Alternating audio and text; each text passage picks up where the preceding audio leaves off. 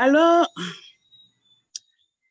comme vous voyez, Charles vous a mis le bulletin missionnaire, un accident de voiture le sabbat. Ah, cette jeune fille que vous voyez se prénomme Anne. Elle a 16 ans. Et cette jeune fille, elle est adventiste. Elle a été baptisée par l'éducation que sa grand-mère lui a donnée. Mais ses parents ne sont pas chrétiens. Et le samedi, elle demande à son père et sa mère de l'emmener acheter un, un- de l'amener acheter un concept pour Internet. Alors, les parents, d'accord, oui, les parents l'emmenaient. Mais cette jeune fille savait très bien qu'elle ne devait pas sortir le sabbat parce qu'elle a eu une éducation qui lui disait que le sabbat, c'est le jour de repos. Alors, les parents partaient avec elle et sur la route, le père roulait un peu vite et le père roulait un peu vite et la route était glissante. Et pensez-vous ce qui arriva? La voiture se déporta et tomba sur un camion. Et voilà, l'accident fut fait. Alors, le père et la mère, ils moururent à la suite de cet accident. Mais cette jeune fille-là, Anne, elle entra à l'hôpital dans un coma et les médecins n'avaient aucune conviction qu'elle allait vivre. Mais sa grand-mère se mit à prier pour elle et demanda aussi aux membres de l'Église de prier pour elle.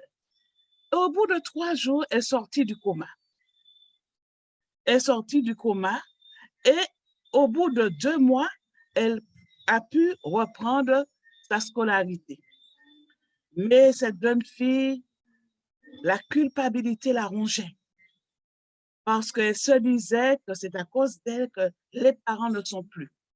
Mais sa grand-mère décida de venir vivre dans leur village avec elle pour lui tenir compagnie tant que physiquement et spirituellement. Mais Anne n'était pas encore tout à fait convertie et elle faisait des choses pour plaire à sa grand-mère, mais pas pour plaire à Dieu. Mais les années passèrent et elle devait entrer à l'université. Alors, elle laissa la grand-mère et elle partit. À l'université, les années passèrent et elle tomba sur un professeur adventiste. Et ce professeur l'accompagna dans ses devoirs et aussi elle allait au temple avec eux. Mais elle allait au temple simplement pour sa grand-mère. Parce que si la grand-mère l'appelle, la grand-mère va lui poser des questions sur ses lectures, sur sa prière, et il faudrait qu'elle réponde. Alors, et parce que la grand-mère l'appelait tous les jours et lui demanda, est-ce que tu as lu?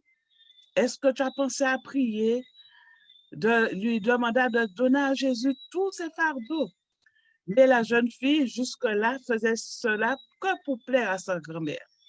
Mais une fois à l'université, en compagnie de ce professeur, elle alla au temple tous les samedis et elle demanda pardon à Dieu.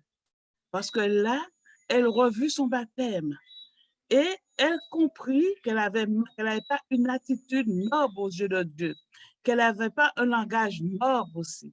Alors, elle demanda pardon à Dieu et demanda de l'aider à devenir une bonne personne et de reprendre sa course spirituelle convenablement. Et en même temps, elle appela sa grand-mère tous les jours. Elle n'attendit pas que la grand-mère l'appelait. Elle appela tous les jours parce que là, elle avait compris que Dieu pardonne. Et lorsque Dieu pardonne, il ne retourne pas sur le passé. Et elle se sentait libérée. Le poids de la culpabilité était parti. Alors, et à ce jour, Anna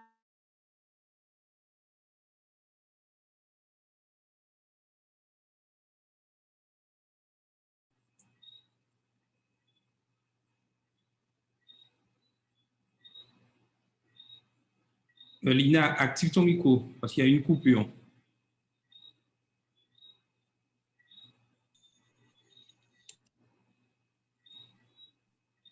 Où est-ce qu'il y a la coupure? Il y a une coupure parce que tu as une coupure Internet. Donc, après, au niveau quand elle a reconnu pardon, elle a demandé pardon. Voilà. Alors, et Anna a reconnu ses fautes. Elle a reconnu qu'elle n'avait pas une attitude noble et qu'elle n'avait pas un langage noble. Alors, elle demanda pardon à Dieu. Et de ce pardon, elle se sentait libérée de tout le poids de la culpabilité. Et petit à petit, Anna alla au temple tous les samedis, non pas pour sa grand-mère, mais pour elle. Parce qu'elle avait compris que Dieu l'avait pardonné et que Dieu avait effacé toutes ses fautes et il ne retourne pas sur son passé. Et là, aujourd'hui, elle a 32 ans, Anna, et elle est professeure à l'université et aussi animatrice des enfants, des éclaireurs et aussi secrétaire de l'école du sabbat. Et elle nous rappelle qu'il y a 3 ans, la collecte du trimestre avait été pour justement la construction de l'église qu'elle fréquente. Et aujourd'hui, elle nous dit de ne pas oublier la collecte de ce 13e sabbat. Justement, c'est pour soutenir cette église. Alors, et je pense que cette histoire peut nous toucher tous parce que nous pouvons nous trouver dans le cas d'Anna. Et l'expérience qu'elle a faite avec son Dieu est quelque chose de formidable. Et c'est cette expérience-là que nous devons faire afin de reconnaître nos fautes et de nous remettre à ses pieds. Alors, merci.